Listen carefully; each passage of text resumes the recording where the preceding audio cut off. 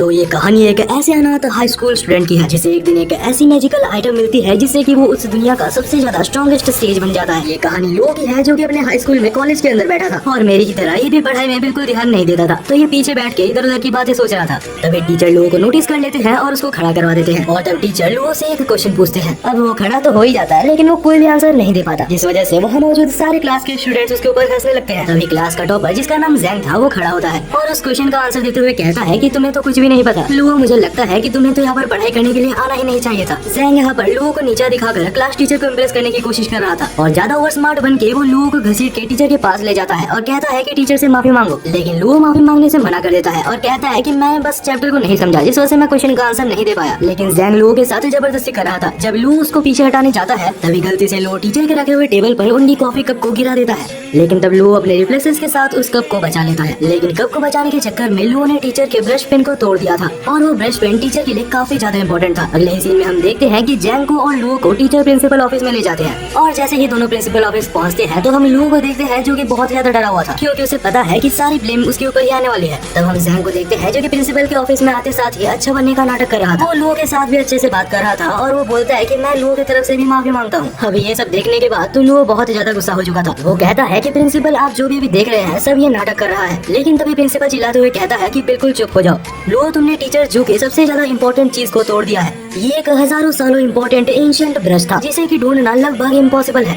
लेकिन तभी टीचर जू बीच में बोलते हैं कि लुओ तुम्हें इतना ज्यादा सोचने की जरूरत नहीं है, तुम बस मेरे लिए एक ऐसा सेम टू सेम ब्रश खोज के लाओ। लेकिन मैं तुम्हें पहले ही कह देता हूँ कि ये ब्रश तुम्हें इजीली नहीं मिलने वाली। इस ब्रश को खोजते खोजते तुम्हें बहुत चीजें पता चलेगी जिससे कि तुम्हें भी फायदा होगा और मुझे भी मेरा ब्रश वापस मिल जाएगा। अब लुओ इस चीज के लिए हाँ बोल देता है क्योंकि अगर वो ना बोलता तो उसे इस कॉलेज से निकाल दिया जाता। लेकिन लुओ जल्दी समझ जाता है कि ये कितना ज्यादा मुश्किल काम था क्योंकि पूरा शहर को एक एक जगह पर खोजने के बाद भी उसे वो ब्रश कहीं भी नहीं मिलता। वो तो ये तक सोच रहा था कि कहीं टीचर मुझे जानबूझ के सफर तो नहीं करवा रहे। लेकिन तभी घूमते घूमते लुओ को जैंग दिखता है जो कि एक जगह पर दौड़ के जा रहा था। जब लुओ उसका पीछा करता है तो उसे पता चलता है जैंग भी उसी ब्रश को खोज रहा है ताकि वो लुओ से पहले उस ब्रश को टीचर को दे सके। और तभी जैंग के अंकल बोलते हैं कि ये ब्रश मुझे मिल चुका है जो कि यहाँ पर नहीं एक और सिटी में है, हम लोग वहाँ पर चलेंगे लेकिन उससे पहले हम लोग कुछ खा लेते हैं। दूसरी तरफ हम लुओ को देखते हैं जो कि खुश हो रहा था क्योंकि ये उसके लिए बहुत बड़ा मौका था और लुओ जल्दी से जल्दी दूसरी सिटी में जाता है और उस शॉप को खोज लेता है। जब लुओ उस शॉप में पहुँचता है तो वहाँ पर मौजूद शॉपकीपर जो की एक लड़की थी जिसका नाम रोंग था और उसे देखते साथ हमारे लुओ को उससे पहली नजर में ही प्यार हो गया था। तो वो शर्माते शर्माते पूछता है तो क्या तुम्हारे पास वो ब्रश है? और रोंग भी बोलती है कि हाँ हमारे पास वो ब्रश है। उसके बाद वो उसे ब्रश को दिखाती है लेकिन वो उसे ब्रश को छूने से मना करती है क्योंकि अभी वो उसे नहीं बेच सकते। वो कहती है कि मेरे ग्रैंडफादर जब यहाँ पर आ जाएंगे उसके बाद मैं उनसे पूछ के ये ब्रश तुम्हें बेच सकती हूँ। तभी वहाँ पर एक सूट पहना हुआ आदमी वहाँ पर एंटर करता है और कहता है कि वो ब्रश मेरी है।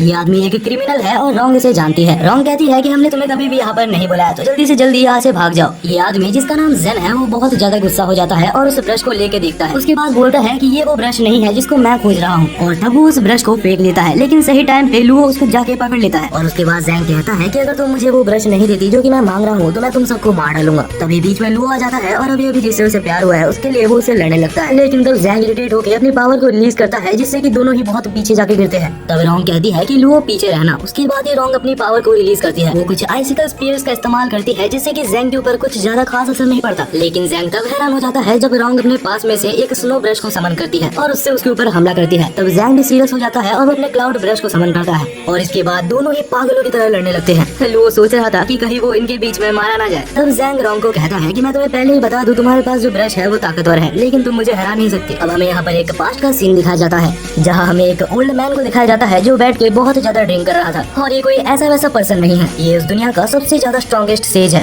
लेकिन क्योंकि अभी ये बूढ़ा हो चुका है तो वो और काम नहीं करना चाहता। उसे पता है कि वो बहुत ही जल्दी मारा जाएगा जिस वजह से वो अपनी जिंदगी को एंजॉय कर रहा था। लेकिन उसने मरने से पहले अपनी स्पिरिट और अपनी सारी पावर्स को एक ब्रश के अंदर कैद कर दिया था। अब हमें फिर से प्रेजेंट में दिखाया जाता है जहाँ जैंग और रोंग लड़ रहे थे और अब लड़ते लड़ते रोंग को एक झटका लगता है जिससे कि उसके पास से वही ब्रश निकल जाती है और वो ब्रश सीधा जाके लुओ के अंदर इंसर्ट हो जाती है। तब हम देखते हैं कि लुओ के अंदर कुछ चेंजेस आ रहे थे। कुछ ही देर में लुओ बिल्कुल बदल चुका था, उसकी प्रेजेंस बिल्कुल ही अलग हो चुकी थी। जैंग उसके ऊपर फिर से हमला करने की कोशिश करता है लेकिन वो लुओ की स्पीड को मैच नहीं कर पाता। तब जैंग अपना सबसे ज्यादा स्ट्रॉन्गेस्ट मूव को इस्तेमाल करता है लेकिन लुओ के सामने सब कुछ बेकार था। जैंग को जल्दी समझ आ जाता है कि उससे बहुत बड़ी गलती हो गई है और वो वहाँ से भाग जाता है। कल उसके जाने के बाद रॉन्ग पूछती है लू क्या तुम ठीक हो, लेकिन लू बिल्कुल भी ठीक नहीं होता और वो वहीं पर बेहोश हो जाता है। अगले सीन में हमें लू को एक अजीब सी जगह पर दिखाया जाता है जहाँ लू एक बोट पे होता है, लेकिन लू की ये खुशी भी ज्यादा देर तक नहीं टिकती क्योंकि वो बोट भी नीचे डूब जाता है। हालांकि वो सपना देख रहा था, लेकिन जैसे ही वो सपने से उठता है तो अपने सामने रॉन्ग को पाता है। तब रॉन्ग के ग्रैंडफादर जिसका नाम मिस्टर वे था वो आते हैं और रॉन्ग को इंट्रोड्यूस करते हैं। तब मिस्टर वे बोलते हैं कि तुम बेहोश हो गए क्योंकि तुम वो ब्रश की पावर्स को संभाल नहीं सकते।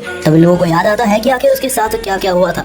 तभी लोगों को ये भी याद आता है कि अभी तक उसने अपने टीचर का ब्रश नहीं लिया। तब लोगो पूछता है कि मिस्टर वे क्या आपके पास वो पाइनएप्पल वाली ब्रश है, लेकिन वो तब चौंक जाता है जब मिस्टर वे कहते हैं कि मैंने उसको जैंग नाम के एक बच्चे को बेच दिया। वैसे अभी लू कुछ कर भी नहीं सकता, जिस वजह से वो दुखी होकर वहाँ से जाने लगता है। लेकिन तब मिस्टर वे कहते हैं कि तुम चिंता मत करो, हमारे शॉप में तुम्हारे साथ तो बहुत कुछ हुआ है तो तुम इस ब्रश को रख सकते हो। और इसके बाद मिस्टर वे कहते हैं कि तुम जो ब्रश यहाँ पर लेने आए थे ये उससे भी काफी ज्यादा वैल्यूएबल है। अब हमें दूसरा सीन दिखाया जाता है जहाँ हमें एक लड़की दिखाई जाती है जो कि लाल कलर की ड्रेस पहनी थी और वो चुपके से एक रिस्ट्रिक्टेड जगह पर घुस के वहाँ पर जाना चाहती थी, लेकिन तभी वहाँ पर गार्ड उसको पकड़ लेता है। लेकिन तब वो लड़की बहाना देते हुए कहती है कि मैं बस वॉशरूम खोज रही थी और यहाँ पर आ गई। तब गार्ड उसे बाहर जाने का मैप देता है और वहाँ से जाने के लिए बोलता है। दूसरी तरफ हम लोग को देखते हैं जो भी दुखी दुखी चल रहा था क्योंकि उसे अभी तक वो पेन नहीं मिली थी जो कि उसे उसके टीचर ने लाने के लिए बोला था। मगर हाँ, उसके टीचर ने ये भी कहा था कि तुम भी कुछ अच्छा सीखोगे और मुझे भी मेरा ब्रश मिल जाएगा। तो मैंने कुछ नई चीजें तो जरूर सीखी है और ये पेन भी काफी अच्छा है। उम्मीद करता हूँ कि वो मुझे कॉलेज से ना निकाले। पहले ब्लू जा रहा था मिस्टर जू के ऑफिस में वो पेन को देने के लिए और वो ये भी सोच रहा था कि वो अपने पेन को देते साथ ही एक इमोशनल स्टोरी को भी उसके साथ अटैच कर देगा ताकि टीचर जो उसको कुछ ना बोले और छोड़ दे। लेकिन तभी अचानक से लू के टीचर पीछे आ जाते हैं और आके पूछते हैं कि लू आखिर तुम यहाँ पर क्या कर रहे हो। लू तब कुछ समझ नहीं पाता और कह देता है कि मुझे आपकी पेन मिल गई है। टीचर तो खुश हो जाते हैं और उसको अपने केबिन के अंदर ले जाते हैं। जब लू अंदर जाता है तो वो काफी ज्यादा नर्वस होता है क्योंकि उसे पता है जो पेन उसे देनी थी वो पेन उसे मिली नहीं है। लेकिन अब लू कुछ कर भी नहीं सकता, जिस वजह से वो पेन उसे देता है और वो पेन देने के बाद नहीं पता कैसे लू को उस पेन के बारे में सारी इन्फॉर्मेशन पहले से ही पता होती है। जैसे ही उस पेन को देखते हैं तो टीचर को पहले ही अंदाजा हो जाता है कि ये पेन बहुत ही ज्यादा कीमती है। ऊपर से जब लू उस पेन के बारे में उसे जितनी इन्फॉर्मेशन पता थी सारी इन्फॉर्मेशन टीचर को बताता है तो वो टीचर काफी ज्यादा खुश हो जाते हैं। यहाँ तक कि वो टीचर उस पेन को ट्राई कर भी देखते हैं। पहले अब लू कम से कम इस कॉलेज से बाहर तो नहीं निकाला जाएगा। इसके बाद के सीन में हम लू को देखते हैं जो कि एक कैफे में बैठ के रिसर्च कर रहा था कि आखिरकार उससे अचानक से इतनी सारी इन्फॉर्मेशन कहाँ से आई और वो ब्रश पेन क्या थी। लेकिन तभी हम देखते हैं कि कुछ गुंडे कैफे के अंदर आ जाते हैं जो कि कैफे के ओनर के मालिक को धमकाने लगते हैं। हालांकि जब लड़ाई होती है तो कैफे का ओनर काफी ज्यादा अच्छा मार्शल आर्टिस्ट था, जिस वजह से वो आराम से कुछ बंदों को धो देता है और तब लू भी उसकी मदद करने के लिए आ जाता है। लू को देख के कैफे का ओनर काफी खुश होता है और बोलता है कि तुम तो अभी अभी मेरे दोस्त बने थे। दरअसल लू और कैफे का ओनर अभी कुछ टाइम पहले दोस्त बने थे। मतलब लड़ाई आगे बढ़ती है, लेकिन कुछ ही देर बाद हम देखते हैं कि लू को बहुत जन घेर लेते हैं और अब लू एक बहुत ही ज्यादा मुसीबत में फंस चुका है क्योंकि उसके ऊपर 2 से 3 जन मारने वाले थे। लेकिन जैसे ही लू के बॉडी पे हमला होता उससे पहले ही लू की बॉडी से कुछ इनॉर्मस पावर एक्टिवेट हो जाती है। नहीं पता कैसे, लेकिन लू हवा में आ जाता है और उसे खुद भी नहीं पता कि आखिर ये उसकी पावर्स काम कैसे करती है। पहले पावर देख के वहाँ पर मौजूद सारे बंदे कैफे के ओनर के ऊपर हमला करने जाते हैं, लेकिन तभी हम देखते हैं कि लू अचानक से वहाँ टेलीपोर्ट होकर सबको मार देता है। अब यहाँ पर सारे बंदे मार खाने के बाद जा चुके थे और कैफे का ओनर जिसका नाम केन था वो कहता है कि मुझे पता नहीं था कि आखिर तुम अपने सुपर ह्यूमन पावर्स को मुझसे छुपा रहे हो। केन उसे कुछ बातें करना चाहता था, लेकिन लू बोलता है कि मैं काफी ज्यादा टायर्ड हूँ तो मैं तुमसे बाद में बात करूंगा। कल दूसरी तरफ लू काफी ज्यादा एक्साइटेड था क्योंकि उसे बहुत सारी चीजों के बारे में पता चल रही थी और वो एक काफी ज्यादा पावरफुल पर्सन बन चुका था। वो तो विश्वास नहीं कर पा रहा था कि ये सब उसके साथ रियल लाइफ में हो रही है। वो सोचता है कि वो खुद को इंक ब्रश पेंटर बुलाएगा या फिर इंक ब्रश मैन, लेकिन ये सब बहुत ही ज्यादा वियर्ड नेम थे जिस वजह से वो कुछ और सोचने का प्लान करता है। लेकिन वो काफी ज्यादा टायर्ड था तो वो नेम सोचते सोचते सो ही जाता है। जब लू सो रहा था तो नींद में उसे एक अजीब सा बूढ़ा आदमी दिखता है जिसे देख के वो काफी ज्यादा डर जाता है और अब वो सो भी नहीं पा रहा था, जिस वजह से वो आधी रात को ही घर से बाहर निकल जाता है। वो सोचता है कि मुझे कुछ भी करके उस शॉप में वापस जाना होगा इन सब के आंसर्स को पाने के लिए। मगर जैसे ही वो रात को बाहर चल रहा था तो उसे अपने पीछे कुछ बहुत ही ज्यादा डेंजरस महसूस होता है। वो जैसे ही पीछे देखता है तो उसके पीछे एक बहुत ही खतरनाक मॉन्स्टर था। उसे देखने के बाद लू अपनी पूरी कोशिश करता है कि वो वहाँ से भाग जाए, लेकिन कुछ भी करके वो मॉन्स्टर उसको पकड़ लेता है। लू अपने आप को ये कह रहा था कि चिंता मत करो, तुम्हारे पास सुपर ह्यूमन पावर्स है, लेकिन असल में ये सुपर ह्यूमन पावर्स तब काम ही नहीं करते। तब लू सोचता है तो शायद यही मेरा अंत है। लू की जिंदगी यहाँ पर एक मॉन्स्टर लेने वाला था। लू ये बिल्कुल एक्सेप्ट कर चुका था और अपने रिग्रेट्स को वापस दोहरा रहा था कि वो मरने वाला है, लेकिन अभी तक उसकी एक भी गर्लफ्रेंड नहीं बनी, ना ही वो सुपरमैन बन पाया जो वो बचपन से बनना चाहता था। तभी वो मॉन्स्टर भी लू को मारने ही वाला था, लेकिन अचानक से वो मॉन्स्टर बिल्कुल जम जाता है क्योंकि वहीं पर सही टाइम पे रॉन्ग आ चुकी थी जो कि लू को बचा लेती है।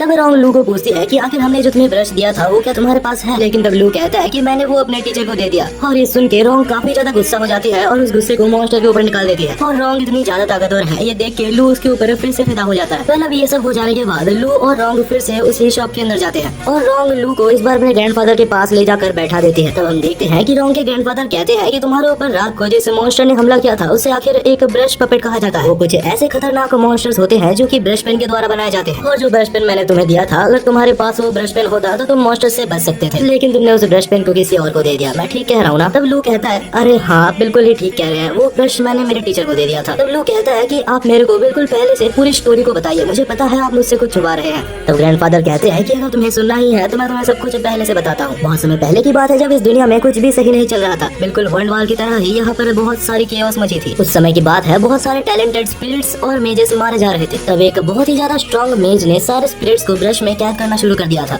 और उनमें से एक ब्रश में तुम्हारे अंदर इंसर्ट हो चुका है। और लू अगर तुम्हें पता नहीं तो तुम्हारे अंदर जो स्पिरिट है वो सारे स्पिरिट्स की किंग है। लू खुश हो जाता है और कहता है तो इसका मतलब मैं सारे स्पिरिट ब्रशेस का किंग हुआ। तब ग्रैंडफादर कहते हैं कि ऐसा तो हो सकता है, लेकिन ये पूरी तरीके से सच नहीं है, क्योंकि तुम्हारे अंदर जो स्पिरिट ब्रश की पावर है वो बस उस स्पिरिट की एक छोटी सी पार्ट है। तभी हम देखते हैं कि ग्रैंडफादर को कुछ अजीब सा महसूस होता है और लू के पीछे वो एक एनिमी को डिटेक्ट करके उसके ऊपर हमला कर देते हैं। उस बंदे का नाम ली था जो कि लू का जान लेने के लिए आया था, क्योंकि लू के पास वो सबसे ज्यादा स्ट्रॉन्गेस्ट स्पिरिट ब्रश है जो कि उसको चाहिए। और ये कोई ऐसा वैसा एनिमी नहीं है, ये एक बहुत ही ज्यादा खतरनाक एनिमी है, क्योंकि ये एक बहुत ही बड़े फैमिली का हेड है। अब वो लोगों के ऊपर हमला करता उससे पहले ही रोंग उसके ऊपर हमला कर देती है, लेकिन ली उस अटैक को काफी आसानी से रोक लेता है और उल्टा रोंग के ऊपर एक बहुत ही खतरनाक हमला करता है। तब रोंग को बचाने के लिए सामने लू आ जाता है, लेकिन ग्रैंडपा सही टाइम पे उसको संभाल लेते हैं। और तब हम देखते हैं कि ली बहुत ज्यादा गुस्सा होकर बहुत सारे अटैक्स एक बार में करने लगता है, लेकिन ग्रैंडफादर भी कोई कमजोर खिलाड़ी नहीं था। दूसरी तरफ हम लू को देखते हैं जो रोंग को पूछता है कि आखिर ये सब क्या चल रहा है। तब रोंग कहती है कि तुम्हारे अंदर जो ब्रश है वो टॉप 7 ब्रशेस में से काउंट होता है और ये बंदा उन 7 ब्रशेस को कलेक्ट करने का काम करता है, जिनमें से एक ब्रश तुम्हारे अंदर है। तो वो तुमको मार के तुम्हारे अंदर से उस ब्रश को लेने के लिए आया है। दूसरी तरफ हम देखते हैं कि अभी तक ग्रैंडपा उससे लड़ रहे थे, लेकिन अभी उनकी तबीयत काफी ज्यादा अच्छी नहीं थी, क्योंकि ग्रैंडफादर बूढ़े हो चुके हैं तो वो उनसे काफी ज्यादा देर तक नहीं लड़ सकते, जिस वजह से रोंग लड़ने का फैसला करती है। तब वो लोगों को कहती है कि तुम यहाँ से जितना दूर हो सके उतना दूर भाग जाओ, क्योंकि अगर मैं नहीं लड़ पाई तो तुम्हें भी मार दे। दूसरी तरफ हम ली को देखते हैं जो कि ग्रैंडफादर को मारने ही वाला होता है, लेकिन तभी लू अपनी पावर को एक्टिवेट करके एक प्रोटेक्शन बैरियर से उनको बचा लेता है। ग्रैंडफादर कहते हैं कि लू तुम भाग जाओ, क्योंकि तुम इसके सामने नहीं जीत सकते। तब लू कहता है कि मैं इस फाइट में उतर चुका हूँ और मैं भाग नहीं सकता, लेकिन लू का स्टेमिना ज्यादा देर तक नहीं टिकता, जिस वजह से ली उसको पकड़ के उसको मारने वाला था। लेकिन तभी हम देखते हैं कि बीच में ग्रैंडफादर आ जाते हैं जो कि उस अटैक को अपने ऊपर लेके अपने आप को मार देते हैं, लेकिन मरने से पहले वो उसको बहुत अच्छा खासा डैमेज कर देते हैं, जिस वजह से ली को उस टाइम के लिए वहाँ से जाना पड़ता है। फिर इसके बाद हमें ग्रैंडफादर को दिखाया जाता है जो कि मरे नहीं थे। उसके जाने के बाद वो मुश्किल से बैठते हैं और लू को कहते हैं कि तुम्हें जल्द से जल्द उस ब्रश को अपने अंदर से निकालना होगा और इसका कोई ना कोई तरीका मैं जरूर ढूंढ निकालूंगा। लेकिन तब लू कहता है कि आप चिंता मत कीजिए, मैं इस ब्रश को कंट्रोल करना जरूर सीखूंगा। मैं अपने वजह से आप दोनों की लाइफ को खतरे में नहीं डालना चाहता। मैं कसम खाता हूँ कि मैं इस ब्रश पेन को चलाना सीखूंगा और आप दोनों को ही प्रोटेक्ट करूंगा। तब ग्रैंडफादर कहते हैं कि अगर तुम यही चाहते हो लू तो यही सही। इस ब्रश पेन को चलाना मुश्किल जरूर है, लेकिन मैं तुम्हें ट्रेन जरूर करूंगा, लेकिन उससे पहले मैं थोड़ा रेस्ट कर लूं ताकि मेरा ये जख्म ठीक हो सके। तब रोंग कहती है कि आप चिंता मत कीजिए, जब तक आप रिकवर नहीं होते तब तक रोंग को ट्रेनिंग देने की जिम्मेदारी मेरी हुई। पहले इतना कुछ होने के बाद भी हमारा नल्ला मेन कैरेक्टर अभी खुश हो रहा था, क्योंकि रोंग उसको ट्रेनिंग देने वाली है। अब दूसरे सीन में हमें रोंग को और लू को दिखाया जाता है जो कि स्कूल में थे और सब लू को बहुत ज्यादा टेंशन दे रहे थे, और भला क्यों ना दे, क्योंकि उसके साइड में ही रोंग भी उसके साथ ही चल रही थी। अब इसके बाद ये रोंग लू को एक लाइब्रेरी में ले जाती है और कहती है कि तुम्हें यहाँ पर सारे इंपॉर्टेंट पोएम्स को रिसाइट करना होगा, क्योंकि सारे पोएम्स को जानने के बाद ही तुम ब्रश की फुल पोटेंशियल को समझ पाओगे। लू भी बहुत ज्यादा परेशान हो जाता है, क्योंकि उसे लग रहा था कि उसे पढ़ाई नहीं करनी होगी, लेकिन यहाँ भी उसे पोएम्स याद करने होंगे। पर रोंग काफी ज्यादा टेंशन में थी, जिस वजह से लू उसको एक जोक सुना के उसको हंसाने की कोशिश करता है, लेकिन अफसोस रोंग हंसती नहीं है। और तभी वहाँ पर जैंग आ जाता है जो आकर लू की फिर से बेइज्जती करने लगता है। वो कहता है कि अगर तुम्हें बस मजबूरी में ही लू के साथ रहना है तो तुम उसे छोड़ सकती हो, और अगर तुम्हें पोएम्स ही चाहिए तो मेरे को सारे पोएम्स याद है। ये सब सुन के लू बहुत ज्यादा परेशान हो गया था और इतना गुस्से में था कि उसे कुछ भी समझ नहीं आ रहा था। तब जैंग अपने आप को रोंग से इंट्रोड्यूस करता है और कहता है कि लू एक बहुत ज्यादा बेकार स्टूडेंट है। वो इतना ज्यादा घटिया है कि कुछ दिन पहले उसने कुछ ऐसा काम किया था जिससे कि वो कॉलेज से निकाल दिया जाता। तब लू को लगता है कि ये सब सुनने के बाद रोंग उसकी हेल्प नहीं करेगी या ही उसके साथ रहेगी, लेकिन भाई वो कहते हैं ना कि मेरी वाली अलग है। बस वैसे ही रोंग यहाँ पर उल्टा जैंग को ही रोस्ट कर देती है। वो कहती है कि तुम बस अपने आप को अच्छा दिखाने की कोशिश कर रहे हो, भले ही तुम एक नालायक हो। और ये सुनने के बाद वहाँ पर मौजूद सारे स्टूडेंट्स उसके ऊपर हंसने लगते हैं, लेकिन इस जैंग गधे को अभी तक समझ नहीं आया। उसे लग रहा है कि वो बस जबरदस्ती लू के साथ है और उसे लग रहा है कि वो लू से रोंग को छीन लेगा।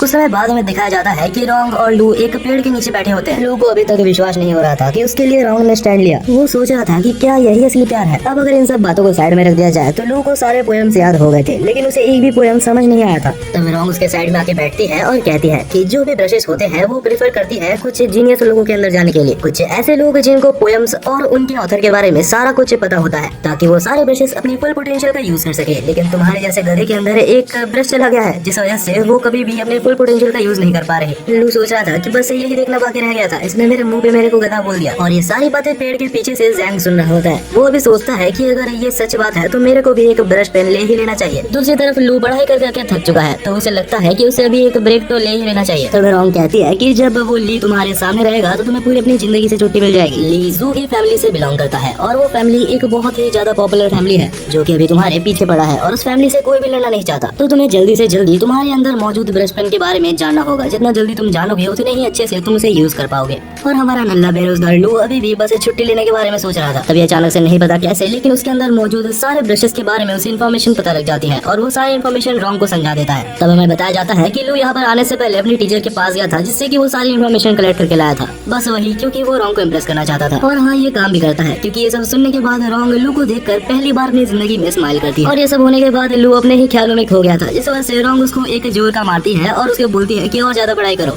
तब दूसरी तरफ हम जैंग को देखते हैं जो कि मिस्टीरियसली अपने अंकल से बात कर रहा था और कहता है कि अंकल जल्दी से जल्दी मेरे लिए एक स्पिरिट ब्रश को खोजो। तब उसके अंकल भी कहते हैं कि मैंने पहले से ही एक स्पिरिट ब्रश तुम्हारे लिए रखा हुआ है। उसी रात दूसरी जगह पर हमें दिखाया जाता है रोंग और लू को, जो कि एक साथ कहीं पर जा रहे थे। क्योंकि लू के साइड में रोंग भी थी तो लू को काफी ज्यादा अटेंशन मिल रहा था। लू कहता है कि रोंग अगर तुम चाहो तो तुम अपने घर जा सकती हो, लेकिन तब रोंग कहती है कि नहीं, मैं तुम्हारे साथ ही रहूंगी। और ये सुन के वहाँ पर मौजूद सारे लोग बहुत ज्यादा हैरान हो जाते हैं। तब लू कहता है तो ठीक है, लेकिन यहाँ पर नहीं, तुम मेरे साथ कहीं और चलो। और इसके बाद हम लू को देखते हैं जो कि रोंग को लेके वही इंटरनेट कैफे में ले जाता है। हाँ, वही इंटरनेट कैफे जहाँ पर लू कुछ दिन पहले आया हुआ था। लू के नए दोस्त को पहले लू समझाता है कि हाँ, रोंग मेरे एक पार्टनर है, ना ही मेरी गर्लफ्रेंड। तब कैफे का ओनर लू और रोंग को एक जगह दे देते हैं बैठने के लिए। और रोंग उस इंटरनेट कैफे यानी कि वो कंप्यूटर इंटरनेट को देख के काफी ज्यादा हैरान थी। वो कहती है कि मैं बचपन से ही एक स्पिरिट ब्रश को कंट्रोल करना सीखती हूँ, और इसका एक मतलब ये भी है कि बचपन से ही मैं कभी भी बाहर की दुनिया को ज्यादा एक्सप्लोर नहीं कर पाई, तो ये सारी चीज मेरे लिए बिल्कुल ही नहीं है। तब लोग कहता है कि इस इंटरनेट में बहुत कुछ है, अगर तुम चाहो तो हम लोग अभी कुछ देर के लिए प्रैक्टिस को साइड में रख के कुछ गेम्स खेल सकते हैं। और रोंग को भी थोड़ा सा ब्रेक चाहिए था, जिस वजह से दोनों ही गेम्स को खेलने लगते हैं। कुछ देर बाद लोग सोचता है कि क्या सच में रोंग इससे पहले कभी भी गेम्स नहीं खेली है, क्योंकि रोंग पहले ही ट्राई में गेम को बहुत ही अच्छे से खेल रही थी। रोंग कहती है कि ये सब गेम्स वगैरह बहुत ही इजी है, ये कंपैरिजन में कि मैं बचपन से ही एक स्पिरिट ब्रश को यूज करती हूँ। मेरे ख्याल से इन गेम्स को खेलने से 100 गुना ज्यादा हार्ड है स्पिरिट ब्रश को कंट्रोल करना। और ये सुनने के बाद लू फिर से अपने प्रैक्टिस में लग जाता है। उसे ये पता चलता है कि जितनी जल्दी वो जितनी ज्यादा पोएम्स को रिसाइट करेगा उतनी जल्दी उसकी स्पिरिट स्ट्रांग होगा। इतनी सारी पोएम्स को रिसाइट करने के बाद वो काफी ज्यादा थक चुका था, तो वो उठता है और अपने दोस्त के पास जाता है। और तब वो उससे बात करते करते कहता है कि रोंग बिल्कुल भी ऐसी वैसी लड़की नहीं है, वो सच में एक बहुत ज्यादा मेहनती लड़की है। तब वो कैफे का ओनर एक सजेशन देता है। वो कहता है कि मुझे ऐसा लगता है रोंग एक ऐसी लड़की है जो कि इंटरनेट कैफे में आना ज्यादा देर तक पसंद नहीं करेगी। तो लू, तुम्हें जल्दी से जल्दी कुछ ऐसे जगह देख के रखना चाहिए जहाँ तुम रोंग को ले जा सको, वरना मुझे नहीं लगता कि तुम्हारा रिलेशनशिप ज्यादा दिनों तक चलेगा। लू कहता है कि हाँ, तुमने सही कहा और इस बारे में मैं सोचूंगा।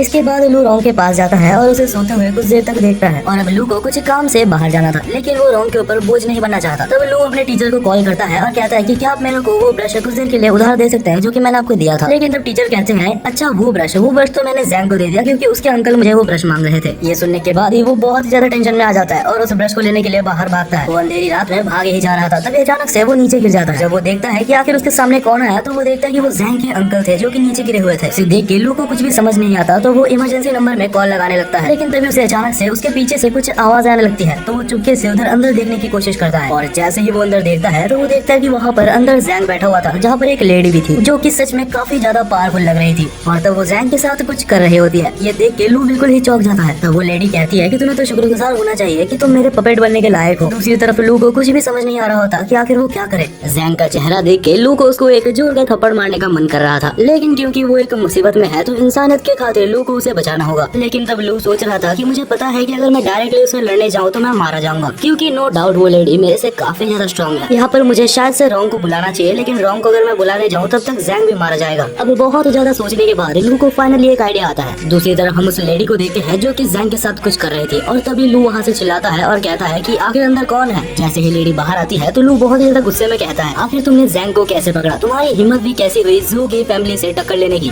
अगर आपको याद नहीं आ रहा तो ये वही फैमिली है जो कि लू के पीछे पड़ी हुई है उसे मारने के लिए। और क्योंकि ये सबसे ज्यादा स्ट्रॉन्गेस्ट फैमिली है तो उसकी हेल्प से यहाँ पर जैंग को बचाने की कोशिश कर रहा है, लेकिन वो लेडी उसको बिल्कुल भी सीरियस नहीं ले रही थी और कह रही थी कि तुम बस मजाक कर रहे हो। लेकिन तब लू अपनी पावर को रिलीज करता है और उसको दिखाता है कि उसके पास भी एक स्पिरिट ब्रश है। और ये देखने के बाद वो लेडी उसके ऊपर थोड़ा थोड़ा भरोसा करने लगती है और तब वो कहती है कि मैंने जैंग को नहीं पकड़ा, वो खुद ही मेरे पास आया था अपने ब्रश को अपने अंदर इंसर्ट करवाने के लिए। लेकिन यहाँ पर लू कुछ ज्यादा ही ओवर एक्टिंग करते हुए कहता है कि मुझे ये सब नहीं सुनना, तुम जैंग को वापस दे दो वरना मुझे मिस्टर ली को बुलाने में टाइम नहीं लगेगा और मैं तुम्हें जान से मार दूंगा। लेकिन ज्यादा टाइम नहीं लगता उस लेडी को पता लगाने में कि लू बस एक एक्टिंग कर रहा है। और तब वो अपनी पावर को रिलीज करती है और कहती है कि तुम जैसे छोटे चूहों को मैं हर रोज खाती हूँ। वो लेडी ने उसके ऊपर हमला कर दिया था जहाँ लू भागने की कोशिश करता है लेकिन भाग नहीं पाता। तब उस लेडी ने अपनी आर्ट की मदद से उसको पकड़ लिया था और कहती है कि तुम इससे बच नहीं सकते। लू को उस अटैक से काफी ज्यादा दर्द हो रहा था। उस अटैक ने ना ही सिर्फ लू के बॉडी में, यहाँ तक कि लू के गले में भी उसने जहर भर दिया था। धीरे धीरे अभी उस लेडी को भी लू के साथ खेलने में मजा नहीं आ रहा था,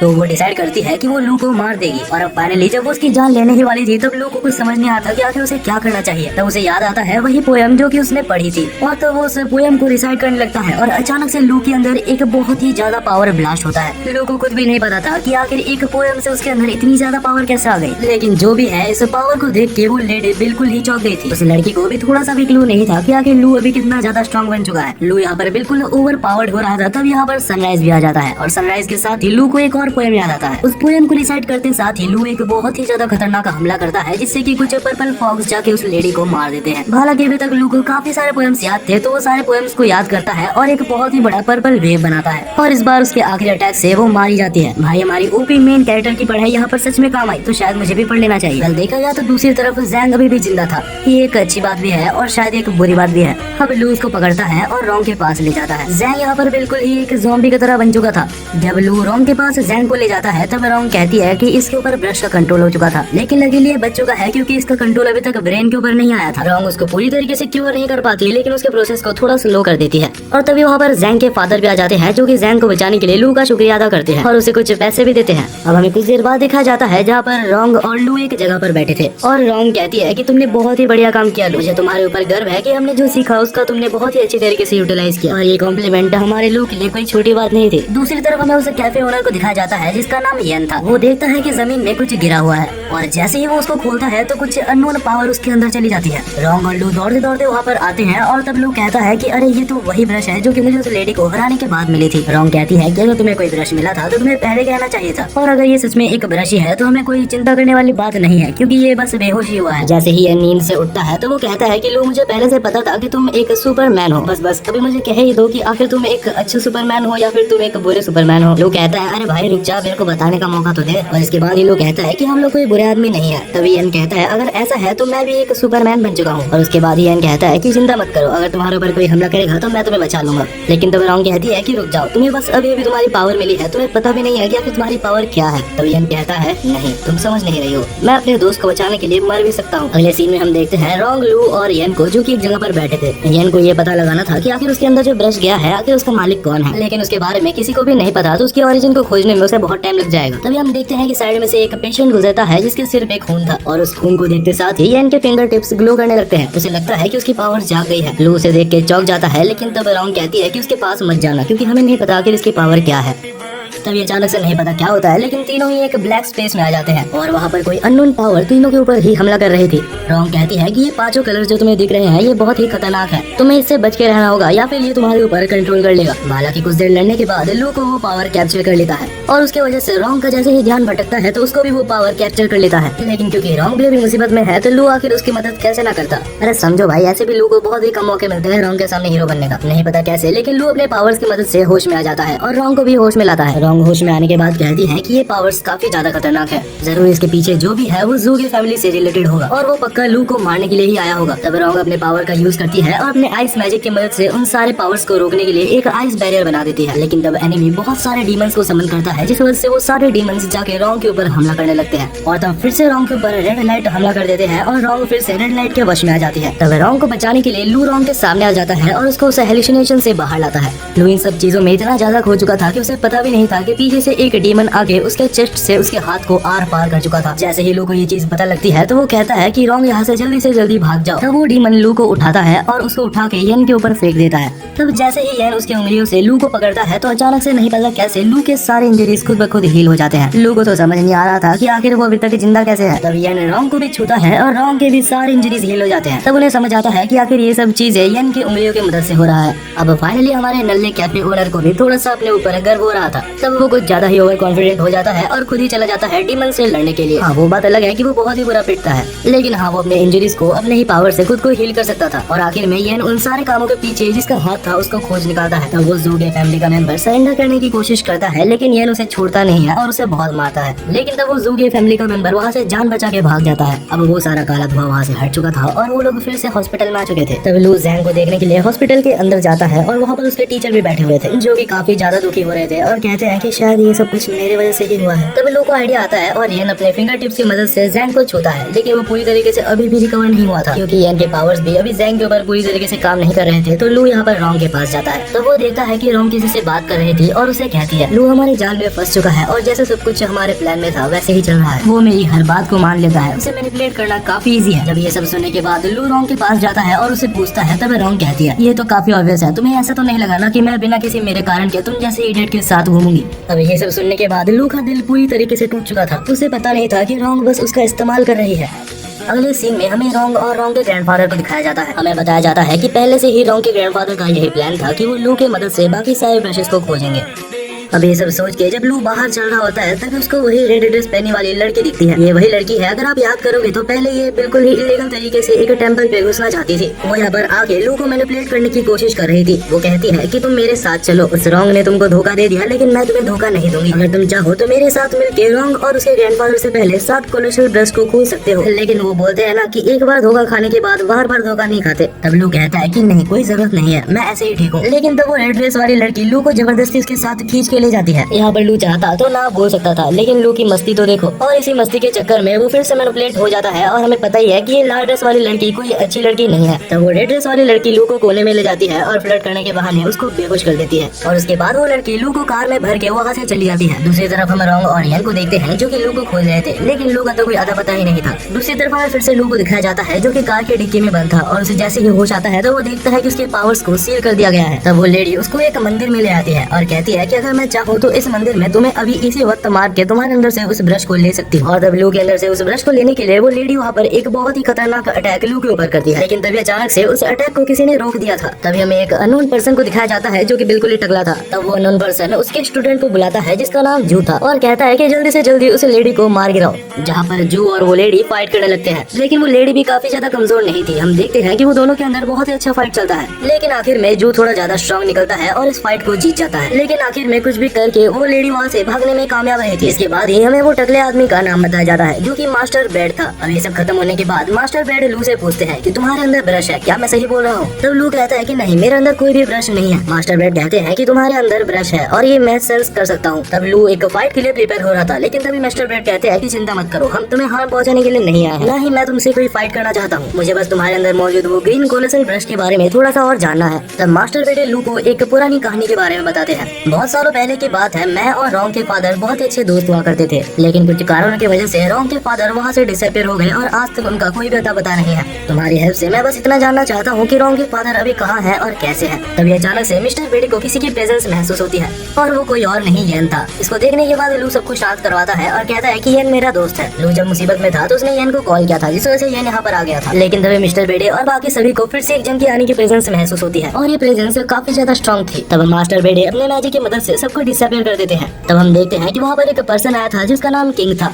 और वो वहाँ पर एक पर्सन को लेके आया था जिसके अंदर से उसको ब्रश निकालना था। दरअसल ये जगह या फिर ये टेंपल एक ऐसा टेंपल है जहाँ किसी भी पर्सन के अंदर से ब्रश को निकाला जा सकता है। इसके बाद ही किंग उस ब्रश को उस बॉडी के अंदर से निकालने का प्रोसेस चालू करता है। धीरे धीरे उस पर्सन के अंदर से सारी स्पिरिट निकल के एक ब्रश का फॉर्म ले रही थी और जब उसका ब्रश निकालने का काम हो जाता है तो उसके बाद किंग एक चाकू लाता है जिससे कि वो उस पर्सन को मारने वाला था। लेकिन तभी हम देखते हैं कि लू, येन और बाकी सारे लोग मिस्टर बेडी को छोड़ के सारे लोग उधर से निकल आते भागते हैं, क्योंकि उनसे ये चीज नहीं देखा जाता कि उनके सामने ही एक पर्सन की मौत हो रही है। क्योंकि सब लोग निकल ही चुके थे तो मिस्टर बेडी को भी वहाँ से निकलना ही होता है। तब किंग लू को देख के बहुत ज्यादा खुश हो जाता है, क्योंकि उसे पता लग चुका था कि लू के अंदर भी 7 कोलोसल ब्रशेस में से एक ब्रश मौजूद है, और जो पर्सन से वो ब्रश को अभी एक्सट्रैक्ट किया वो पर्सन के अंदर भी एक 7 कोलोसल ब्रशेस में से एक ब्रश मौजूद था। जैसे ही किंग लू के ऊपर हमला करता है तो लू अपनी पावर को समन करने की कोशिश करता है, लेकिन नहीं कर पाता। वो तो अच्छा हुआ कि जून ने सही टाइम पे लू को बचा लिया था। ये देख के मास्टर बेडी कहते हैं कि लू तुम पीछे रहो, क्योंकि तुम्हें अभी तक पूरी तरीके से ब्रश को यूज करना शायद नहीं आया है। दूसरी तरफ जू अभी भी किंग से लड़ रहा होता है। जो बहुत ही अच्छा टक्कर किंग को दे रहा था। वेल उसे कोई मैजिक यूज करना तो नहीं आता, वो हैंड टू हैंड कॉम्बैट में ही किंग को बहुत ही अच्छा टक्कर दे रहा था। लेकिन कुछ देर बाद किंग काफी ज्यादा गुस्सा हो जाता है और अपने मैजिक की मदद से अपना सबसे ज्यादा स्ट्रॉन्गेस्ट हमले को प्रिपेयर करता है, और उसके बाद कहता है कि इस पॉइंट पे तुम कुछ भी कर लो तुम बच नहीं सकते, तुम सब मारे जाओगे। दूसरी तरफ हम मास्टर बेडी को देखते हैं जिसे सब कुछ समझ आ गया था, और वो वहाँ पर एक बैरियर बनाता है। लेकिन इस बैरियर को भी किंग बहुत ही आराम से तोड़ देता है और एक और बहुत ही ज्यादा खतरनाक हमला करता है, लेकिन जू सामने आके खुद को सेक्रीफाइस करके सबको बचा लेता है। अब इस पॉइंट पे किंग काफी ज्यादा ही पावरफुल हो गया था। वो आराम से मास्टर बेडी से लू और यन को छुड़ा के अपने पास ले लेता है। लेकिन तब किंग का ध्यान उस पर्सन की तरफ जाता है जिससे कि वो ब्रश को एक्सट्रैक्ट कर रहा था। अभी किंग को उसके ऊपर पूरा फोकस लगाना होगा, नहीं तो ब्रश एक्सट्रैक्ट वो नहीं कर पाएगा। तब वो लू और यन को साइड में रख के ब्रश को पूरी तरीके से एक्सट्रैक्ट करता है। दूसरी तरफ यन और लू काफी ज्यादा मुसीबत में थे, उन्हें नहीं पता था कि आखिर वो लोग वहाँ से कैसे निकलेंगे। तब हम देखते हैं कि किंग फिर से जब लू और यन को पकड़ने आता है तब यन अपने हाथों की मदद से उसे पावर्स की मदद से किंग को छू देता है। जैसे ही यन किंग को छूता है तो किंग के पास जो ब्रश था वो फिर से उस पर्सन के अंदर चला जाता है। तब हम देखते हैं कि लू को पता चलता है कि यन के पास 2 पावर्स है, एक पावर हील करने की और एक पावर पास्ट में जाने की। तब हम देखते हैं कि किंग उन दोनों को फिर से अपने कब्जे में करने के लिए एक और बहुत ही ज्यादा खतरनाक हमले को प्रिपेयर कर रहा था। लेकिन तब किंग का हमला मिस हो जाता है और वो हमला सीधा जाके ब्रश पेन पे लगता है, और वो ब्रश पेन जाके सीधा फिर से लू के अंदर चला जाता है। 2 मिनट के लिए तो वहाँ पर सारे लोग चुप हो गए थे, क्योंकि इस वर्ल्ड में ये इम्पॉसिबल है कि किसी एक पर्सन के अंदर 2 स्पिरिट ब्रश चला जाए। हम लू को देखते हैं जिसके अंदर एक बहुत ही बड़ा एनर्जी ब्लास्ट होता है, और यहाँ तक किंग के सामने लू ने अपनी नई पावर को दिखा दी थी। उस वक्त के लिए किंग वहाँ पर बिल्कुल ही डर चुका था, जिस वजह से वो वहाँ से भाग जाता है। इसके बाद हमें दिखाया जाता है कि यन तो बहुत ही ज्यादा खुश था कि उसने इतनी जल्दी अपनी नई पावर को आइडेंटिफाई भी कर लिया और उसे यूज करना भी सीख गया। लेकिन तब लू काफी ज्यादा थक गया था और वो नीचे बैठ जाता है और कहता है कि मैंने अपनी नई पावर को नहीं सीखा है। वो कहता है कि मैंने बस एक पोएम को डिसाइड किया था जिससे कि बस उसकी इमेजिनेशन बनी थी। इन रियलिटी उस ब्रश को मुझे चलाना बिल्कुल भी नहीं आता। इसके बाद ही मास्टर बेडे आते हैं और लू की बॉडी को चेक करते हैं और कहते हैं कि मुझे नहीं पता कैसे, लेकिन लू ने 2 ब्रशेस को फ्यूज करने में कामयाब रहा था। देखा जाए तो इससे पहले भी एक पर्सन ने जबरदस्ती ऐसे करने की कोशिश की थी, लेकिन कुछ देर बाद ही वो मारा गया था। इससे पहले इस दुनिया में कोई भी नहीं आया जिसके पास 2 ब्रशेस हो। इसके बाद ही वहाँ पर एक लेटर भी आता है जो कि रॉन्ग की तरफ से था। उस लेटर को पढ़ने के बाद लू कहता है कि मेरे को समझ नहीं आता कि आखिर रॉन्ग मेरे साथ अच्छा व्यवहार कर रही है या सिर्फ मेरा फायदा उठा रही है। वेलियन कहता है कि तुम्हें एक और बार रॉन्ग को मौका देके देखना चाहिए। दूसरी तरफ हम लू, मिस्टर बेडे और यन को देखते हैं जो कि जाते हैं उनके विलेज, ताकि किसी भी तरीके से हो, लेकिन लू के अंदर से जो 2 ब्रशेस है उनमें से एक को एक्सट्रैक्ट किया जा सके, क्योंकि अगर ये ना किया जाए तो इसकी कोई गारंटी नहीं है कि लू कब तक जिंदा रहेगा। अब लू, यन और मिस्टर बेडे उस विलेज के चीफ के पास जाते हैं, क्योंकि अगर सबसे ज्यादा इन्फॉर्मेशन किसी को होगी तो वो विलेज का चीफ ही होगा। जब चीफ ये सुनता है कि लू ने खुद के अंदर 2 ब्रशेस को एब्सॉर्ब किया है, वो भी बिना किसी हार्म के, तब वो कहता है कि शायद तुम्हारी बॉडी थोड़ी डिफरेंट है और तुम चाहो तो बहुत ही अच्छे और आगे तक जा सकते हो। लेकिन तब लू कहता है कि मुझे इसकी जरूरत नहीं है और जल्दी से जल्दी प्लीज आप कुछ भी करके मेरे अंदर से ब्रश को निकाल दीजिए, क्योंकि मैं सिंगल नहीं मरना चाहता। अब लू की दुख भरी कहानी सुनने के बाद चीफ कुछ करने की कोशिश करता है। वो अपने आप को लू के साथ अटैच कर लेता है और कोशिश करता है कि वो लू के अंदर से एक ब्रश को निकाल ले, और ये चीज काफी ज्यादा हार्ड थी और ये करते करते चीफ काफी ज्यादा थक गया था। चीफ कुछ देर के लिए बैठा ही था कि अचानक से कहीं से हमला होता है और चीफ की जान चली जाती है। एक विलेज का चीफ अचानक से मर जाना कोई छोटी बात नहीं है, जिस वजह से पूरी विलेज में अफरा तफरी मच जाती है। और हम देखते हैं कि वहाँ पर एक लड़की आती है जो ये सब वहाँ पर देख के सबको बता देती है। लू और मास्टर बेडे काफी ज्यादा मुसीबत में थे, क्योंकि सब समझेंगे कि उन दोनों ने ही चीफ को मारा है, जिस वजह से वो लोग एक सीक्रेट जगह पर भागते हैं। वो दोनों एक टेंपल के पास आते हैं जिसके साइड में से एक रास्ता निकलता है एक लाइब्रेरी का। मास्टर बेडे कहते हैं कि इस लाइब्रेरी के बारे में किसी को भी शायद नहीं पता, तो यहाँ पर रहना भी के लिए सबसे हमारे लिए सेफेस्ट होगा। लेकिन ये लाइब्रेरी कोई नॉर्मल लाइब्रेरी नहीं है, यहाँ से निकलने के लिए हमें बहुत सारी मेहनत करनी होगी, और अब हम यहाँ पर आ चुके हैं तो हम वापस नहीं जा सकते, क्योंकि अगर हम गए तो हम मारे जाएंगे। जैसे ही वो लोग लाइब्रेरी में आगे बढ़ते हैं तो वहाँ पर एक बहुत ही अजीब सी हैंडराइटिंग में कुछ लिखी हुई थी, और हम देखते हैं कि साथ ही में वहाँ पर बीच में बहुत सारे ब्रशेस भी रखे हुए थे।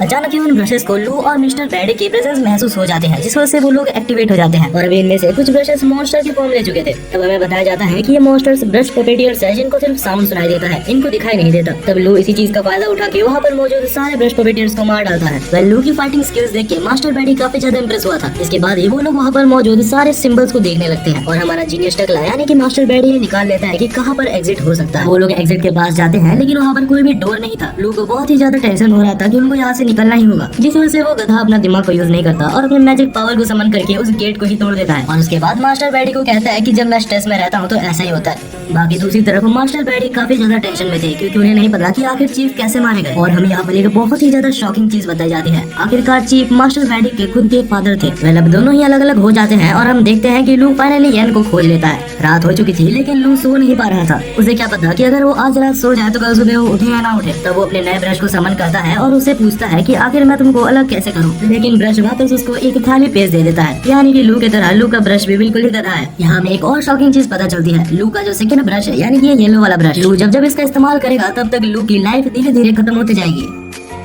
तब लू सोचता है कि क्या उसे रॉन्ग की हेल्प लेनी चाहिए, लेकिन तभी वहाँ पर येन कहता है कि लड़कियां सिर्फ तुम्हें स्लो कर देगी, चिंता मत करो, मैं जू और मिस्टर बैडी तुम्हारे साथ ही हैं। तब लू कहता है कि मास्टर बैडी ने चीफ की डेथ के बारे में जू को बताने से मना किया है, क्योंकि अगर जू को पता लगा कि चीफ मर चुका है तो वो जरूर उस विलेज में वापस भागने की कोशिश करेगा। तो वो लोग एक बहाना बनाते हैं और सो ही जाते हैं। तब हमें दिखाया जाता है कुछ अननोन पर्सन्स बाहर से लू और येन को देख रहे थे और उनके साथ ही वहाँ पर किंग भी बैठा हुआ था। और तब वो कहता है कि चीफ के मरने के पीछे सिर्फ और सिर्फ लू का हाथ है। अगली सुबह हम देखते हैं कि हमारे बंदे एक टेम्पल पर जाते हैं। उस टेम्पल पे एक बहुत ही ओल्ड मॉन्क रहता था जिसका नाम जोंग था। वो कुछ काम करने जा ही रहे थे, लेकिन मानो क्या हुआ होगा, उनके ऊपर फिर से किसी ने अटैक कर दिया था। तभी हमें वहाँ पर मौजूद अटैकर को दिखाया जाता है जिसका नाम शिव था। लू को तो अभी इन सब अटैक्स की आदत पड़ चुकी है। दूसरी तरफ हमें एक और अटैकर दिखाया जाता है जो कि काले कोट में था और इस बंदे ने अपने मैजिक को येन के ऊपर अप्लाई किया था, जिससे येन इसके खुद के ही एक डायमेंशन में आ गया था जहाँ पर कोई भी पर्सन एग्जिस्ट नहीं करता, सिर्फ ब्रशेस एग्जिस्ट करते हैं। तब वो बंदा कहता है कि ये मेरा डायमेंशन है और यहाँ से निकलने का बस एक ही तरीका है, कुछ भी करके मेरे मुंह से लू का नाम बुलवाओ और तुम यहाँ से आजाद हो जाओगे।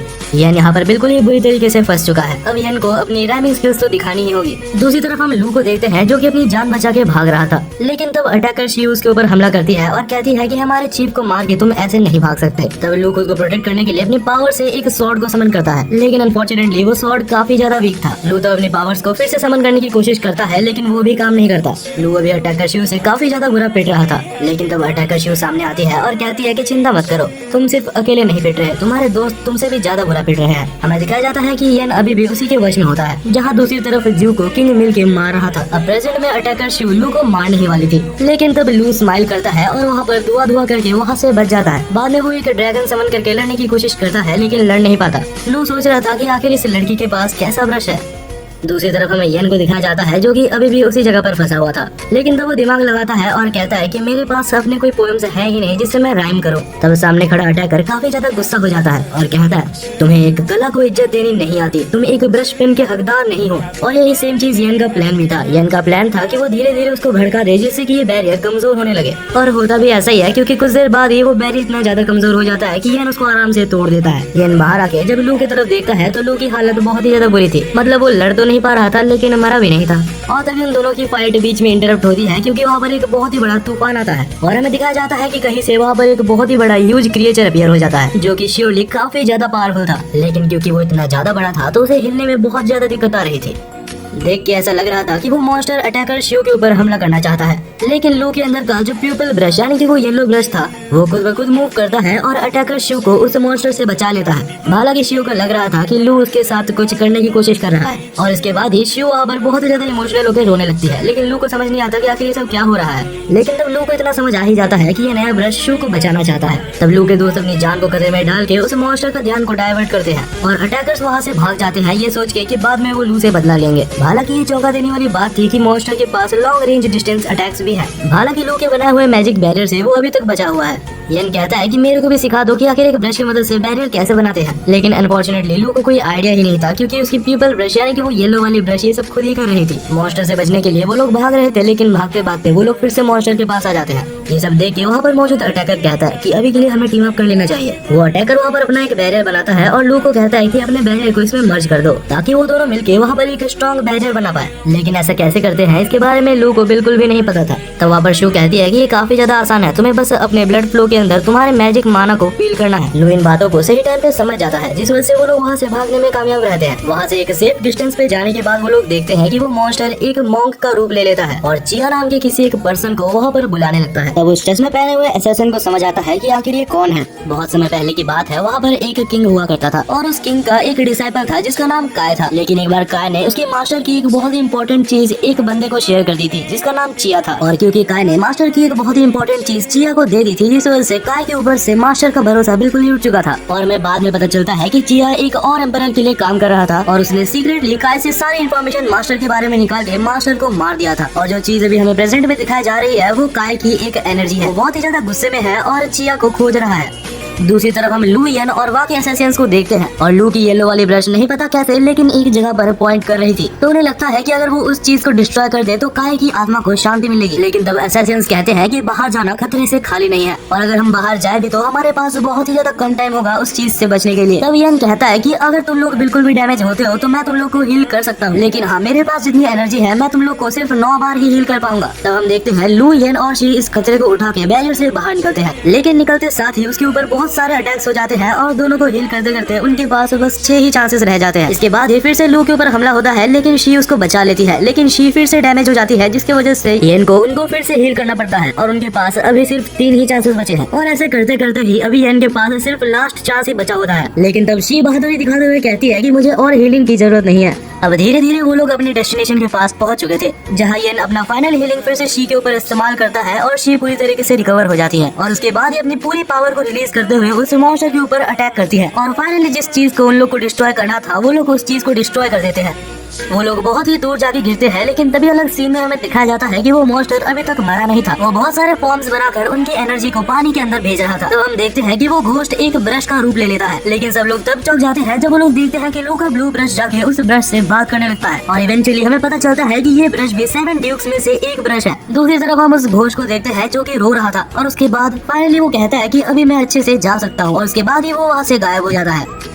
अब इसके बाद हम उस असैसिन को देखते हैं जो कि उस क्लाउड ब्रश को लेना चाहता था, लेकिन उस असैसिन के उस ब्रश को लेने से पहले ही वहाँ पर रॉन्ग के ग्रैंडफादर आ जाते हैं और वो असैसिन पूरी तरीके से जम जाता है क्योंकि वहाँ पर रॉन्ग भी आ चुकी थी। रॉन्ग वहाँ पर आने के बाद कहती है कि कोई भी ब्रश को नहीं ले सकता क्योंकि 7 ड्यूक ब्रशेस बिल्कुल ही भाई बहनों की तरह होते हैं जो कि एक दूसरे के साथ रहते हैं। और क्लाउड ब्रश की यहाँ पर रुकने की बस एक ही वजह है क्योंकि लू के पास येलो और ब्लू ब्रश मौजूद है। और ये सब सुनने के बाद लू को बहुत ज्यादा गुस्सा आ रहा था क्योंकि एक बार फिर से रॉन्ग और रॉन्ग के ग्रैंडफादर ने लू का बस इस्तेमाल किया। वो लोग बस लू की हेल्प से क्लाउड ब्रश को खोजना चाहते थे। लू इतना ज्यादा गुस्सा हो चुका था कि वो यहाँ पर रॉन्ग के ग्रैंडफादर के ऊपर अटैक भी करता है, लेकिन लू के ग्रैंडफादर ने उस अटैक को वापस लू के ऊपर ही भेज दिया था। तो हम देखते हैं रॉन्ग लू को संभालने आती है और तब हम ग्रैंडफादर को देखते हैं जो कि कहता है कि चिंता मत करो, इससे तुम्हारी भलाई ही होगी। तब हम देखते हैं लू को जो कि रॉन्ग के हाथों को अपने ऊपर से हटाता है और कहता है कि तुम मेरे को मत छूना, तुमने जो मेरे साथ किया है उसके बाद मैं तुम्हारे ऊपर भरोसा नहीं कर सकता। ये सुनने के बाद रॉन्ग और रॉन्ग के ग्रैंडफादर वहाँ से चले जाते हैं। तब हम देखते हैं कि वहाँ पर किंग भी आ जाता है जो कि बाकी दोनों असैसिन्स को वहाँ से ले जाता है क्योंकि उनका ब्रश होल्डर वैसे भी टूट चुका है। तो वो लोग लू येन और बाकी सबको अपने कब्जे में करके वहाँ से चले जाते हैं। बाद में हमें किंग और बाकी असैसिन्स को बैठा हुआ दिखाया जाता है, जहाँ पर असैसिन शी कहती है कि हम पहले लू और येन की जांच करना चाहते हैं ताकि हमें पता चले कि आखिर हमारे चीफ कैसे मारे गए। वहाँ पर तो किंग हाँ बोल देता है, लेकिन बाद में किंग बहुत ज्यादा टेंशन में होता है क्योंकि आखिरकार किंग ने ही तो उनके चीफ को दूर से मारा था ताकि लू और येन और साथ ही में मास्टर बैडी के ऊपर वो इल्जाम लग जाए और उनको पकड़ना आसान हो जाए। तब किंग डिसाइड करता है कि सबसे पहले जाके वो लू और येन को मार डालेगा जिससे कि कोई भी सीक्रेट बाहर ही ना आए। लेकिन जैसे ही वो लोग वहाँ पर पहुँचते हैं तो किंग ये देख के शॉक हो जाता है कि शी वहाँ पर पहले से थी और उसने लू को जान से मार दिया था। और इसके बाद वो कहती है कि मैं बस अपने चीफ के मारे जाने का इनसे बदला ले रही थी क्योंकि इनके पास से मेरे को ये चीज मिली। उस चीज को देखने के बाद किंग कहता है कि हाँ यही तो चीफ है। लेकिन तब शी पूछती है कि आखिर तुम्हें कैसे पता कि ये चीफ है क्योंकि इससे पहले तुमने चीफ को कभी भी नहीं देखा। लेकिन तब वो एक झूठ बोलता है और कहता है कि आईडी में पहले से चीफ का नाम लिखा हुआ था, लेकिन असल में वहाँ पर चीफ का नाम था ही नहीं, वो असल में येन का आईडी पास था। अनफॉर्चुनेटली एक के बाद एक किंग का झूठ पकड़ा जा रहा था और इसके बाद ये रिवील होता है कि लू और येन मारे नहीं गए थे, वो लोग बस शी का साथ दे रहे थे ताकि वो लोग मिलकर किंग का झूठ को सामने ला सके। तभी वहाँ पर एक बूढ़ा आदमी आता है जिसका नाम फे था और वो कहता है कि तुम्हें बहुत कुछ एक्सप्लेन करना बाकी है। किंग तब वहाँ पर उनके ऊपर अटैक करने की कोशिश करता है, लेकिन तब फे नाम का वो बंदा किंग को नॉकआउट कर देता है और इसके बाद ही किंग को वहाँ पर टांग दिया जाता है। और तब फे अपनी एक एबिलिटी का यूज करता है जिससे कि वो किंग के ब्रश को टेम्परेरी वहाँ से बाहर निकलता है और इस तरीके से वो किंग से सब कुछ सच सच उगलवा सकता है क्योंकि किंग कुछ भी बोलने से मना कर रहा था, जिस वजह से फे को ये टेक्निक का यूज करना पड़ा। वो पूछता है कि आखिर तुम असल में कौन हो और किसके लिए काम करते हो। तब वो कहता है कि तुम्हें कभी भी मेरे मास्टर के बारे में पता नहीं लगेगा क्योंकि वो एक इतना ज्यादा पावरफुल आदमी है कि तुम सोच भी नहीं सकते। और क्योंकि वो बोलने से मना कर रहा था तो उसके मुंह से खून निकल आता है। अब ये प्रोसेस तो आगे कंटिन्यू रहेगा, लेकिन बाद में हमें दिखाया जाता है कि अब लू और येन यहाँ से निकल रहे थे, जहाँ पर शी लू को थैंक यू बोलती है उसे बचाने के लिए। तब लू कहता है कि मैंने तो कुछ किया ही नहीं, जो किया मेरे ब्रश ने किया। आखिर में फे कहता है कि तुम दोनों को थैंक यू बोलने के लिए हमारे क्लैन मास्टर तुमसे मिलना चाहते हैं, और ये और कोई नहीं ज़ू के फैमिली का हेड यानी कि वही ली था। तब लू को समझ आता है सबसे पहले उसके ऊपर जिसने अटैक किया था वो ली नहीं था, वो ली के वेश में कोई और पर्सन था। अब दोनों ही एक साथ बैठे हुए थे, जहाँ पर लू पूछता है कि क्या आपको कोई तरीका पता है जिससे कि मैं मेरे अंदर मौजूद दो ब्रशेस को अलग कर सकूं। लेकिन अनफॉर्चुनेटली ली को इस बारे में कुछ भी नहीं पता होता है। वो लू को कहता है कि तुम एक जगह पर जाके देखो जिसका नाम ननरी है, वहाँ पर मौजूद लोगों के बारे में, इन सब के बारे में कुछ न कुछ पता होगा, लेकिन वहाँ के लोगों से थोड़ा सा सावधान रहना, क्योंकि वहाँ के लोग काफी ज्यादा डेंजरस है। वहाँ के कुछ लोग तुम्हारे ऊपर एक्सपेरिमेंट भी कर सकते हैं और तुम्हें ब्रश पपेटियर्स भी बना सकते हैं। वो लोग अगर चाहे तो वो लोग तुम्हें गुलाम बनाकर रख सकते हैं, और क्योंकि तुम्हारे अंदर दो ब्रशेस मौजूद है तो वो लोग तुम्हारे अंदर इंटरेस्ट जरूर दिखाएंगे। वो लोग इतने ज्यादा खतरनाक है कि ज़ू की फैमिली और वाई फैमिली मिलकर भी वो लोग को नहीं हरा सकते।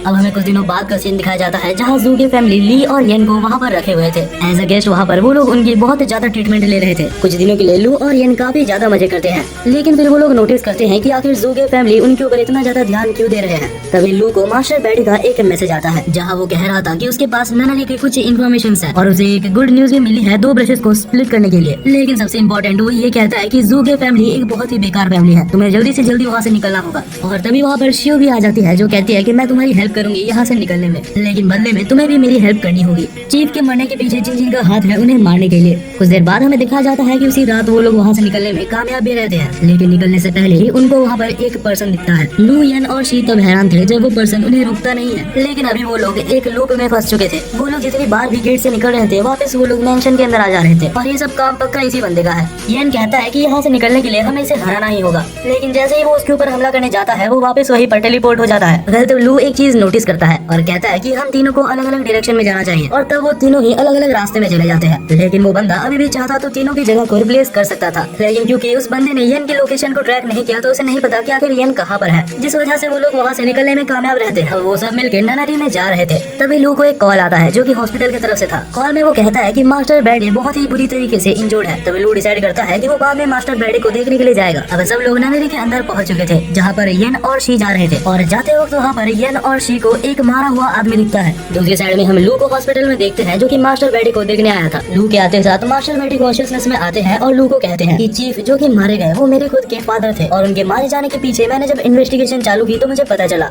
लू तुम्हें पहले से तो ये पता ही है कि वाई फैमिली और ज़ू की फैमिली दुश्मन है, लेकिन इन्वेस्टिगेशन के टाइम में मुझे पता चला कि वाई फैमिली और ज़ू की फैमिली के बीच में एक ट्रेटर मौजूद है, यानी कि वो वाई फैमिली की हर इन्फॉर्मेशन जाके ज़ू की फैमिली को बताता है। मास्टर बैडी कहता है कि मैं उनके पीछे पीछे ही था, और मैंने उनको बात करते हुए सुना कि वाई फैमिली और ज़ू की फैमिली के सबसे ज्यादा इंपॉर्टेंट और सबसे ज्यादा पावरफुल ब्रशेस को वो लोग चुराने की कोशिश कर रहे थे। और जब मैंने उनका पीछा किया तो मैंने देखा कि वो दोनों ननरी के पास जा रहे थे, और वहाँ पर मैं पकड़ा गया और उन दोनों ने मुझे बहुत ज्यादा मारा। और तभी लू को ध्यान में आता है कि येन और शी अभी ननरी के अंदर ही है। दूसरी तरफ येन और शी उस मरे हुए आदमी को देख रहे थे। शी काफी ज्यादा टेंशन में थी, क्योंकि उसे लग रहा था कि मास्टर ने उससे कुछ छुपाया है। सब कुछ जानने के लिए येन और शी ननरी के अंदर भागते हैं। दूसरी तरफ लू येन को कॉल करता है, लेकिन येन उठाता नहीं है, तो लू वहाँ से निकलता है जल्दी से जल्दी उनके पास जाने के लिए। दूसरी तरफ लू और शी वहाँ पर पहुँच चुके थे, और वो लोग देखते हैं कि वही चश्मा वाला एसेसिन और साथ ही में मास्टर फे वहीं पर होते हैं, और वो लोग मौजूद वहाँ पर ननरी के मास्टर से लड़ रहे होते हैं, और उस ननरी के मास्टर के साथ उसका ट्रेटर भी था। शी बीच में कूद के उसका हेल्प करना चाहती थी, लेकिन तब येन उसको रोकता है और कहता है कि पहले सिचुएशन को अच्छे से समझ जाते हैं। और तभी वहाँ पर एक पावरफुल ब्रश पपेट आ जाता है,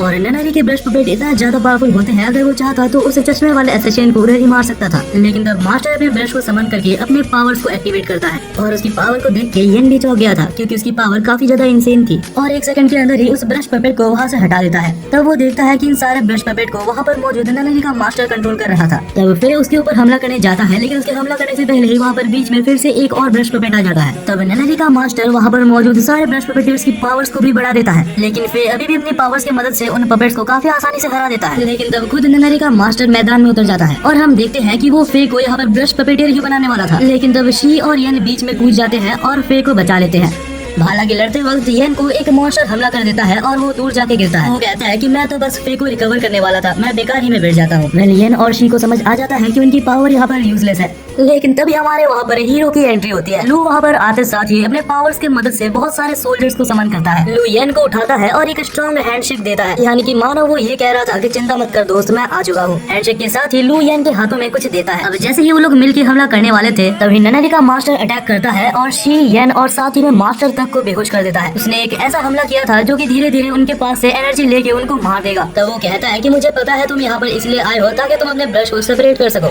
लू के पास और कोई भी ऑप्शन नहीं था सिवाय उसके बात मानने के। तब ननरी का मास्टर कहता है कि मेरी बात ध्यान से सुनो, यहाँ से थोड़े आगे जाते ही तुम्हें एक छोटा सा मेंशन दिखेगा, उसके अंदर जाना सबके लिए पॉसिबल नहीं है। वहाँ पर 4 ड्रैगन्स रहते हैं और साथ ही वहाँ पर एक मास्टर कैलीग्राफर रहता है जिसको की बहुत ही मुश्किल से उस जगह पर सील किया गया है। तुम्हें अपने येलो ब्रश का यूज करके उस मेंशन के अंदर जाने का मौका मिलेगा और वहाँ पर जाने के बाद तुम अपने पेन्स को सेपरेट कर सकते हो। तब लू भी मान जाता है और अपने ब्रश की मदद से उस जगह के अंदर चले जाता है। वैसे वो जगह अंदर से बिल्कुल ही अलग और बहुत ही ज्यादा सुंदर थी। बाहर हम ननरी के मास्टर को देखते हैं जो कि कहता है कि इसके अंदर जो भी गया है वो मरा हुआ ही वापस आया है। लू जब वहाँ पर सेक्रीफाइस हो जाएगा तो यहाँ जाने का रास्ता खुल जाएगा और साथ ही साथ हमें लू के ब्रशेस भी मिल जाएंगे। दूसरी तरफ हमें लू को दिखाया जाता है जो कि 4 ड्रैगन से घिरा हुआ था, लेकिन कोई भी ड्रैगन उसके ऊपर हमला नहीं कर रहा था क्योंकि लू के पास जो ब्लू ब्रश है वो उनसे बात कर सकती थी। और तभी वहाँ पर कैलीग्राफर भी आता है और कैलीग्राफर को देख के लू बिल्कुल ही चौंक गया था। तब हम देखते हैं कि कैलीग्राफर उसको अपने साथ एक रूम में ले जाता है और वहाँ पर उसे एक ड्रिंक देता है। ड्रिंक को पीते साथ ही लू के सारे इंजरीज हील हो जाते हैं। दूसरी तरफ हम येन को देखते हैं जिसका हाथ चमक रहा था। लू ने येन के हाथों में एक ऐसा चीज दिया था जिससे कि वो पूरी तरीके से रिकवर हो गया था। येन रिकवर होने के बाद चुपचाप से फे और शी को रिकवर कर देता है और उनको रिकवर करने के बाद वो तीनों मिलकर फिर से उनके ऊपर हमला करने लगते हैं। दूसरी तरफ हम फिर से लू और कैलीग्राफर को देखते हैं। कैलीग्राफर कहता है कि तुम्हारे पास 2 ऑप्शंस हैं, या तो तुम अपने अंदर से दोनों ब्रशेस में से एक ब्रश को निकाल दो या तो तुम्हें एक ऐसी पावर मिलेगी जिससे कि तुम उनको बचा सकते हो। तब लू दूसरे ऑप्शन को सिलेक्ट करता है और उसको सिलेक्ट करते साथ ही लू को एक बहुत ही ज्यादा ओवर पावर्ड स्किल मिलती है और उस स्किल के साथ वो बाहर जाके 1 सेकंड के अंदर वहाँ पर मौजूद सारे एनिमीज को हरा देता है। और उसके बाद वो ननरी के मास्टर को पकड़ के पूछता है कि आखिर तुम्हारा मास्टर कौन है। तब वो कहता है कि हमारे मास्टर का नाम हैन जॉन है। और जैसे ही वो उसके मास्टर का नाम लेता है तो उसके मास्टर के द्वारा वो मारा जाता है। तब लू को याद आता है कि उसके टीचर ने भी बहुत पहले ये नाम को बोला था। तभी वहाँ पर सनराइज होता है और लू सोचता है कि आखिर उसे आगे क्या करना है। और इसी के साथ फाइनली हमारे इस एनिमे का सीजन 1 खत्म होता है। ये एनिमे काफी ज्यादा अच्छा था और अगर मुझे इस एनिमे को रेट करना होगा तो मैं इसे 8/10 की रेटिंग दूंगा। और यार कमेंट सेक्शन में ये तो जरूर से बता के जाना कि आप कितना रेटिंग इसको देना चाहते हैं। वैसे तो ये एनिमे बहुत ज्यादा अच्छा भी नहीं था, लेकिन यार अगर आपको इस वीडियो को देखने में मजा आया तो यार दोस्त समझ के एक सब्सक्राइब तो आप कर ही सकते हैं। अगर आप सब्सक्राइब कर लेते हैं तो आपको इसका पार्ट 2 बहुत ही जल्दी मिल जाएगा और मुझे भी मोटिवेशन मिलेगी पार्ट 2 बनाने के लिए। जैसे ही इस एनिमे का सीजन 2 आएगा तो मैं आपको वादा करता हूँ कि मैं आपको इसका पार्ट 2 जरूर से लेके आऊंगा। बाकी यार वीडियो को हाइप कर देना, देखते हैं आप मेरी 1 महीने की मेहनत को कितना ज्यादा रिस्पेक्ट करते हो। मैं माफी भी मांगना चाहूंगा क्योंकि मुझे 1 महीना लग गया, लेकिन अगर इस वीडियो पे अच्छा रिस्पॉन्स आता है तो मैं वादा करता हूँ कि इसके बाद इतना ज्यादा लेट नहीं होगा। तब तक के लिए मिलते हैं एक नए वीडियो में।